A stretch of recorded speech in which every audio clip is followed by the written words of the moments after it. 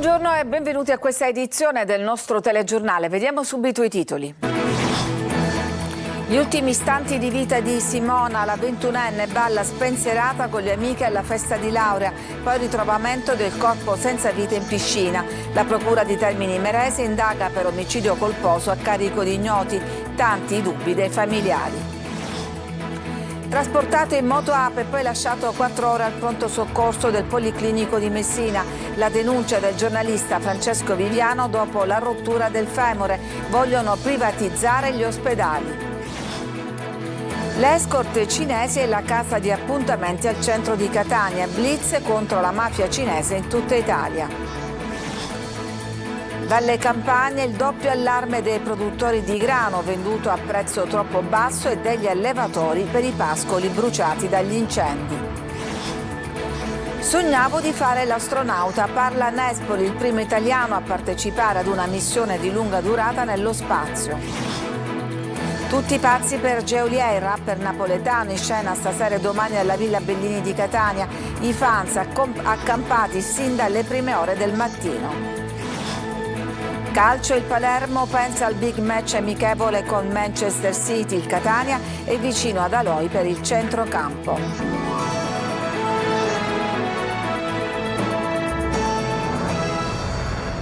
In alcuni video gli ultimi istanti della vita di Simona Cinà, la 21enne trovata senza vita in una villa a Bagheria durante una festa di laurea. La procura indaga per omicidio colposo a carico di ignoti, mentre restano tanti dubbi tra i familiari. Sentiamo Adelaide Barbagallo.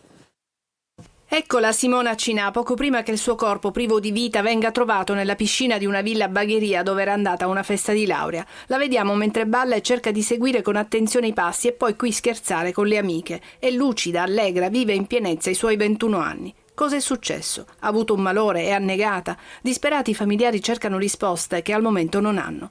La procura di Termini Imerese ha aperto un fascicolo per omicidio colposo a carico di ignoti. L'autopsia potrà chiarire le cause. Quando abbiamo capito che l'avevano trovato a testa nella supina, quindi con la faccia verso l'alto, abbiamo capito che c'era qualcosa che non andava.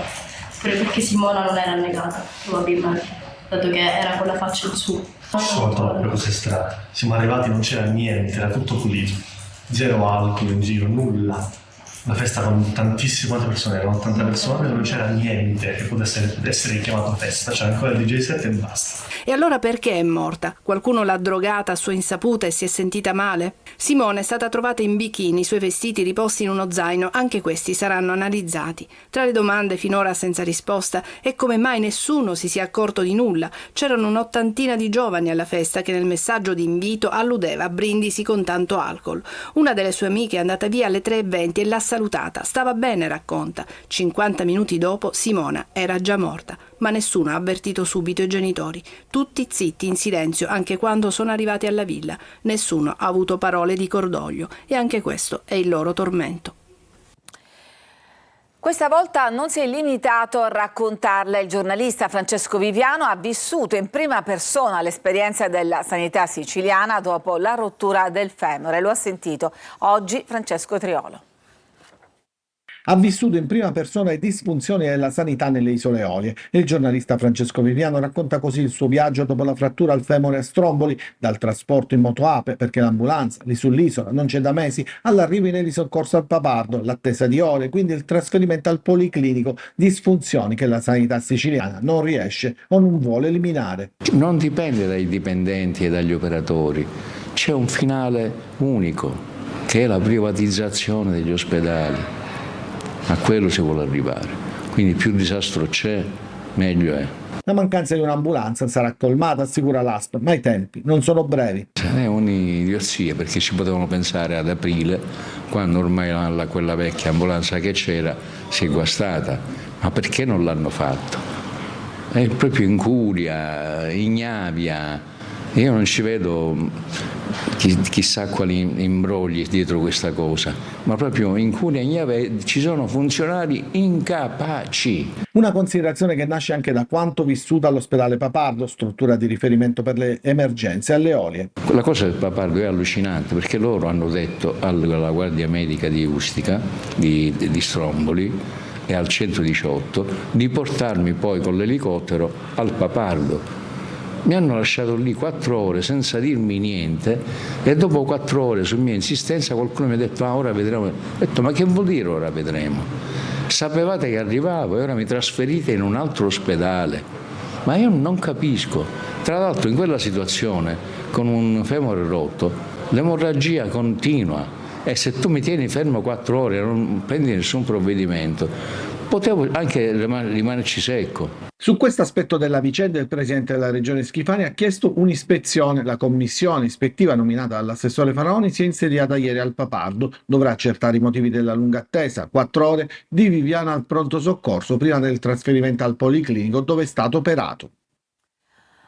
Una casa di appuntamenti gestita da cinesi al centro di Catania è solo uno degli aspetti del blitz contro la mafia cinese avvenuto in tutta Italia. Orazio Longo.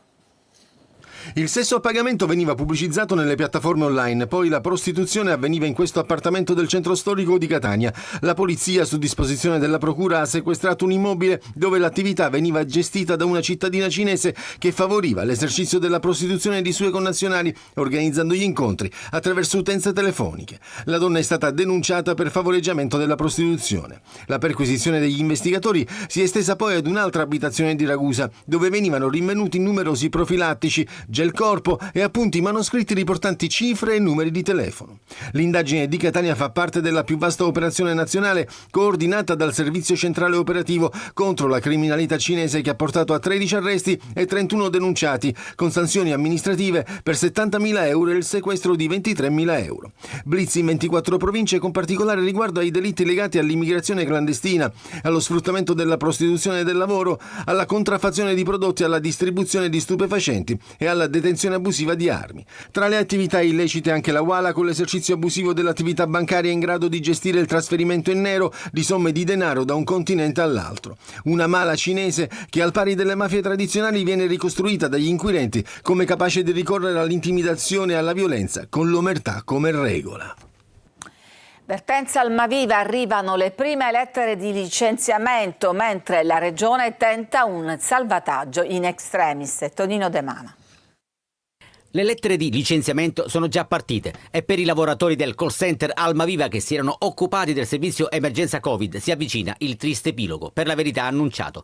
Per 387 di loro, 275 a Palermo e 112 a Catania, il tempo delle promesse è scaduto, anche se in extremis le istituzioni sembra stiano tentando un salvataggio. Sembrerebbe che per domani la Regione abbia convocato un tavolo tecnico tra gli assessorati per affrontare la delicata vertenza. Si tratterebbe di un passo auspicato da tempo, sostiene SLC CGIL Palermo, e speriamo produca atti concreti orientati a soluzioni reali con la costituzione immediata del bacino regionale, responsabilità chiare dei vari assessorati ed un cronoprogramma vincolante. Saremo vigili e pronti a valutare il lavoro delle istituzioni sui risultati e non sugli annunci. La SLC CGIL, prosegue la nota, continuerà a battersi affinché il bacino non sia un parcheggio ma una vera e propria opportunità di ricollocazione per tutti gli ex dipendenti Almaviva. I lavoratori non possono più aspettare, si legge, e non meritano altre illusioni. Incidente mortale in via Messina Marina a Palermo davanti all'ospedale Bucca La Ferla. Una donna è morta dopo essere stata investita da un camion mentre attraversava la strada. A lanciare l'allarme sono stati alcuni automobilisti e lo stesso autista del mezzo pesante. In pochi minuti il traffico in zona è andato in tilt. In questa estate dalle campagne si alza un doppio allarme: da una parte i produttori di grano venduto a prezzo molto basso, dall'altra gli allevatori per i pascoli bruciati dagli incendi. Roberta Lunghi. È un duplice grido di allarme quello lanciato da Matteo Paladino, vicepresidente vicario della CIA, Confederazione Italiana Agricoltori Sicilia Occidentale, che denuncia una situazione ormai insostenibile per migliaia di agricoltori e allevatori di Trapani e del Trapanese. Da una parte, intanto, il prezzo del grano. I nostri agricoltori stanno raccogliendo il proprio grano con dei prezzi bassissimi che si aggirano all'incirca tra 20 e 22 centesimi. Una contraddizione evidente se si pensa che il costo dei prodotti derivati continua a crescere senza sosta. Importante poi riuscire a contrastare la competitività del grano estero. Abbiamo chiesto sia alla Regione Sicilia che all'Europa quindi di abbassare i parametri delle microtossine presenti nel grano proveniente dall'estero, soprattutto quello canadese, proprio per evitare questa entrata scellerata di questi grani che nuociono prettamente alla nostra salute. Poi c'è il dramma dell'emergenza incendi che ha colpito la provincia di Trapani, distruggendo vaste aree a Cofano, Zingaro, Custonaci, Scopello e San Vito Lo Capo. I nostri allevatori che sono presenti in quella zona, a discapito a momenti della propria vita, sono riusciti a salvare i propri greggi. Ora il problema principale è come sfamare i propri animali. CIA chiede la dichiarazione di calamità naturale, aiuti economici immediati agli allevatori, la concessione di aree demaniali per favorire il pascolo controllato e prevenire nuovi roghi. Una svolta attesa da anni. Il mare diventa acqua potabile a Porto Empedocle, dove è in attività il primo dissalatore mobile voluto dalla regione. Davide Sardo. Eccola qua. L'acqua per Porto Empedocle e per Agrigento. Da bene. L'acqua del mare africano, come la definì Pirandello, oggi disseta Agrigento. Una svolta storica nella lotta alla sete in Sicilia. A Porto Empedocle è operativo il dissalatore mobile nell'area Enel, il primo dei 3 impianti strategici previsti dalla regione insieme a quelli di Trapani e Gela. Sono già 50 litri al secondo di acqua dissalata a fluire nella rete attraverso il nodo di Villa Seta per servire la città. Il potenziamento sarà progressivo, altri 25 litri l'11 agosto e ulteriori 25 dal 14 fino a raggiungere una portata complessiva di 100 litri al secondo. Il presidente della regione Renato Schifani parla di risultato concreto contro la crisi idrica, una risposta immediata ai bisogni dei cittadini e delle imprese. Per installare i 3 impianti la Regione ha stanziato 110 milioni di euro, 90 dal Fondo di Sviluppo e Coesione firmato con Palazzo Chigi a maggio e 20 dal bilancio regionale, 10 dei quali destinati alla gestione. La Sicilia guarda avanti con l'acqua che nasce dal mare. L'approvazione del progetto definitivo per l'avvio dei lavori del ponte sullo Stretto avverrà mercoledì 6 agosto. L'annuncio è del ministro alle infrastrutture Salvini, che ha detto se ne parla dagli antichi romani, ma sono le ultime firme per queste 48 ore che segneranno una pagina di storia. Intanto diverse associazioni ambientaliste hanno presentato un nuovo reclamo all'Unione Europea chiedendo l'apertura di una procedura per infrazione alle norme comunitarie. A Catania proliferano le discariche abusive. Con il rischio incendi a ridosso di Via dei Salesiani abbiamo scoperto anche una montagna di documenti scolastici abbandonati. Sentiamo Tonino De Mana. Sono vere e proprie bombe ecologiche, poco distanti una dall'altra e a ridosso di abitazioni, garage, parcheggi ed uffici, nella fattispecie della Sidra, società partecipata del comune. Catania fa i conti con l'inciviltà e le immagini che vi proponiamo sono state girate in via Vagliasindi, esattamente nella parte alta che collega alla via dei Salesiani. In pochi metri si assiste ad un impressionante campionario di rifiuti dove balzano all'occhio sanitari nuovi di zecca, elettrodomestici di ogni tipo, pneumatici e certificati di garanzia di scope elettriche con annessi pezzi di ricambio. Di giorno e di notte da queste parti si passa e si scarica ogni cosa, ben sapendo di farla franca. È una vergogna, oltre ad essere pericolosissimo perché il rischio di incendi è altissimo. Ci sono carte, fogli, anche documenti scolastici. Un giorno stavo avendo anche un litigio perché avevo evidenziato a quel signore che stava buttando se era corretto lasciarla là, visto che ci sono i posti idonei dove andare a lasciare la spazzatura. Cosa stava buttando? Di tutto. Pensavamo di aver visto tutto, ma facendo una piccola rampa con l'immancabile vegetazione incolta, anche qui il rischio incendi è elevato, si arriva in un terreno privato. È qui che troviamo scatoloni e scatoloni di documenti con l'intestazione del Ministero dell'Istruzione. Per motivi di privacy riprendiamo le carte da lontano. Per la cronaca si tratta di documenti datati 2012 con incarichi in diverse scuole di Catania e provincia. Resta da capire chi ha scaricato questo tipo di documentazione, peraltro a ridosso di un distributore di carburanti, e come mai nessuno si sia preso la briga di controllare. 10 anni di passione per le stelle celebrati con un ospite speciale, l'astronauta Paolo Nespoli, protagonista di 3 missioni nello spazio. Veronica Barbarino. Un viaggio tra le stelle è quello che da 10 anni il Centro Ebleo di Studi Astronomici promuove attraverso l'osservazione e la divulgazione del cielo. Per celebrare questo importante traguardo, il CISA ha ospitato Paolo Nespoli, l'astronauta italiano che nello spazio c'è stato davvero e che ha portato a Ragusa il racconto emozionante della sua esperienza tra le stelle. Il mio sogno da bambino era quello di fare l'astronauta. Ho passato attraverso una laurea in ingegneria aerospaziale, la conoscenza dell'inglese. Ho provato a fare delle selezioni e sono passato alla terza selezione. Non è stato facile, è stato forse il punto più complesso della mia carriera. Primo italiano a partecipare a una missione di lunga durata, ha incantato il pubblico con il racconto della sua vita nello spazio. 313 giorni in orbita a 400 km dalla Terra, a bordo della Stazione Spaziale Internazionale. Ha vissuto in 100 metri quadri con altri 7 astronauti in un ambiente a microgravità, viaggiando a 28.000 km orari. Vivere in assenza di gravità è veramente interessante perché uno deve cambiare un po' il concetto con cui gestisce le cose, con cui è abituato a lavorare, deve imparare a muoversi in un modo diverso. Il cielo affascina da sempre, ricorda il siciliano presidente dell'Unione Astrofili Italiani. Svelare il mistero delle stelle, il mistero di quello che ci circonda, di questo universo che è uno scrigno di colori, di gioielli e di cose fantastiche. Un evento che ha unito scienza, passione e futuro, ricordando a tutti l'importanza di continuare a guardare in alto, perché i sogni impossibili sono quelli nei quali non crediamo abbastanza. Ci fermiamo, c'è una pausa per la pubblicità, poi torniamo per andare a vedere i fan già accampati a Catania in attesa di Geolier.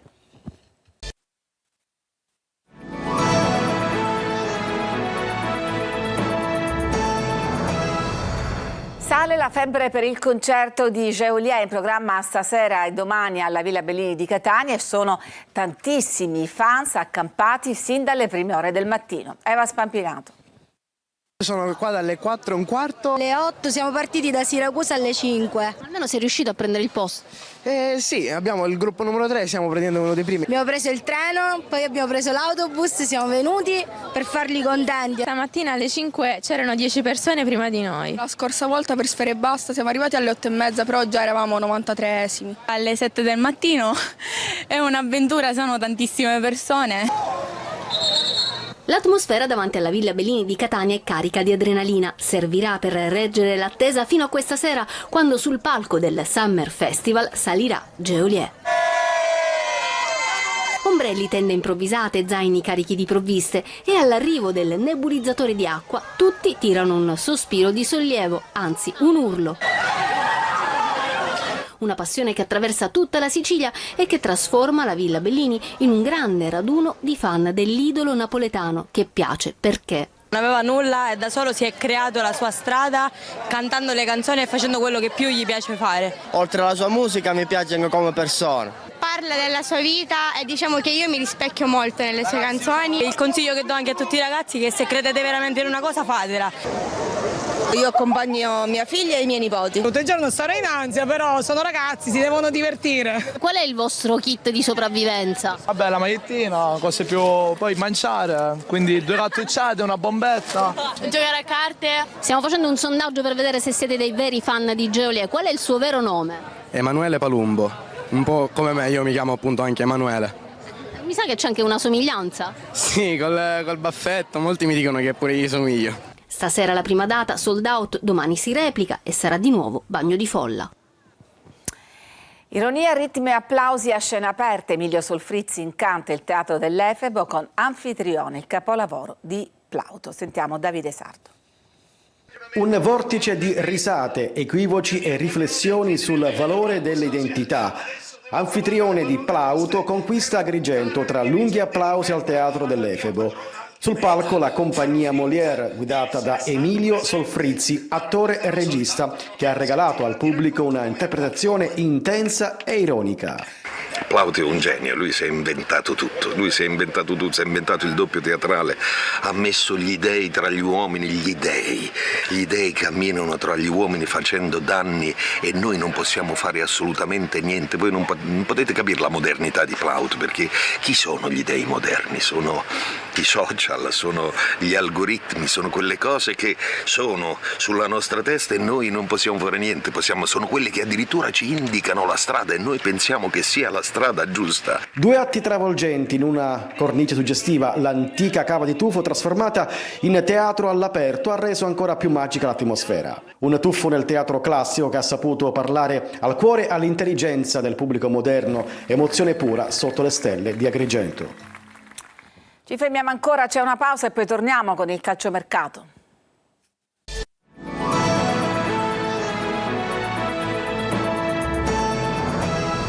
Siamo al calciomercato, il Palermo pensa al big match amichevole col Manchester City, il Catania è vicino ad Aloy per il centrocampo, sentiamo Marco Carli.